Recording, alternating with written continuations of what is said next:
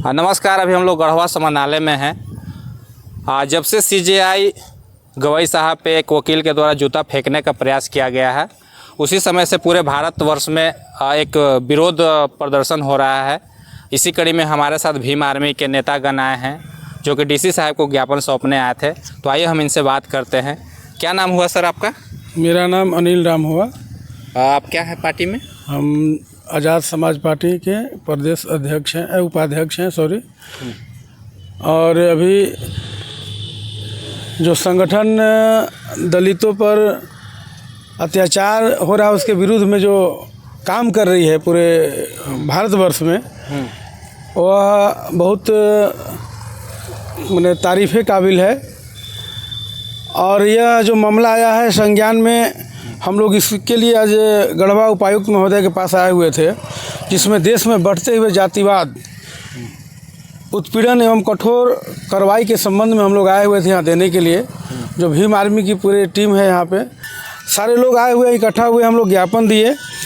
जैसे माननीय supreme court मुख्य न्यायाधीश सीजेआई BR गवई साहब के ऊपर जो राकेश किशोर के द्वारा जूता फेंकने का प्रयास किया गया, उसके संबंध में हम लोग विरोध प्रदर्शन कठोर कड़ी शब्दों में निंदा करते हैं।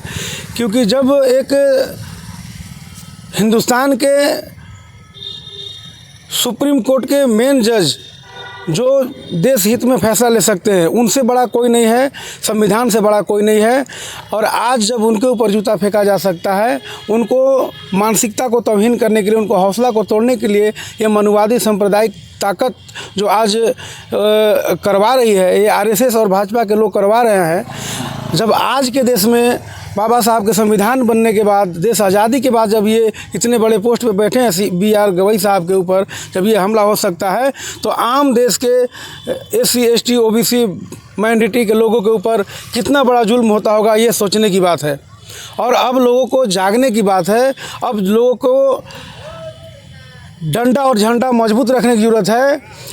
और अब लोगों को आने पर भीमा कोरेगांव की तरह इतिहास को दोहराना होगा पूरे बहुजन समाज के लोगों को मिलकर। और अब ज़रूरत पड़ गई कि हथियार की भी ज़रूरत पड़ गई है।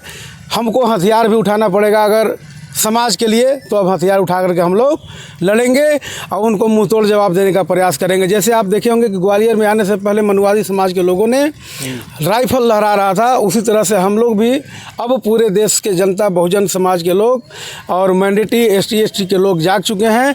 अगर उनसे दो हाथ करना पड़ेगा, तो उनकी माँ ने दूध पिलाया है तो हमारी माँ ने भी दूध पिलाया है।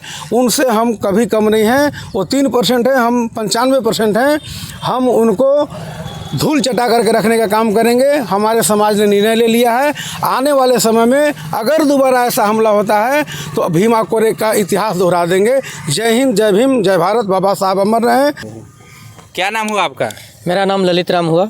जो आप लोग ज्ञापन सौंपने आए थे, उस ज्ञापन के माध्यम से क्या मांगे हैं आप लोग? मांगे इसमें 3 मांग रखे हुए हैं। हाँ, कौन? जैसे कि अभी पूरा देश में चल रहा है कि CGI BR गवई साहब पर जो जूता फेंकने का मामला आया, और दूसरा है एक IPS अफसर पूरनचंद जी, पूरन कुमार, वाई पूरन कुमार पर का जो जातीय उत्पीड़न, इतना उनको जातिवादी मानसिकता उन पर इतना कहर कर दिया कि मजबूरन आदमी आत्महत्या चाहे जो भी हुआ। और तीसरा है अनिल मिश्रा, जो बाबा साहेब पर अभद्र व्यवहार टिप्पणी किए हैं, उसके खिलाफ।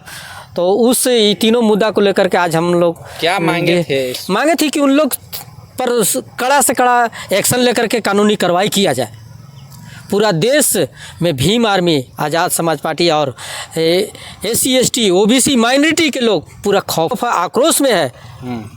इसलिए हम लोग DC साहब को मांग पत्र सौंपे हैं, इस पर कार्रवाई करेंगे। अन्यथा भीम आर्मी, आज़ाद समाज पार्टी रोड पर उतर करके मनुवादी विचारधारा को करारा से करारा जवाब देने को तैयार हैं हम लोग।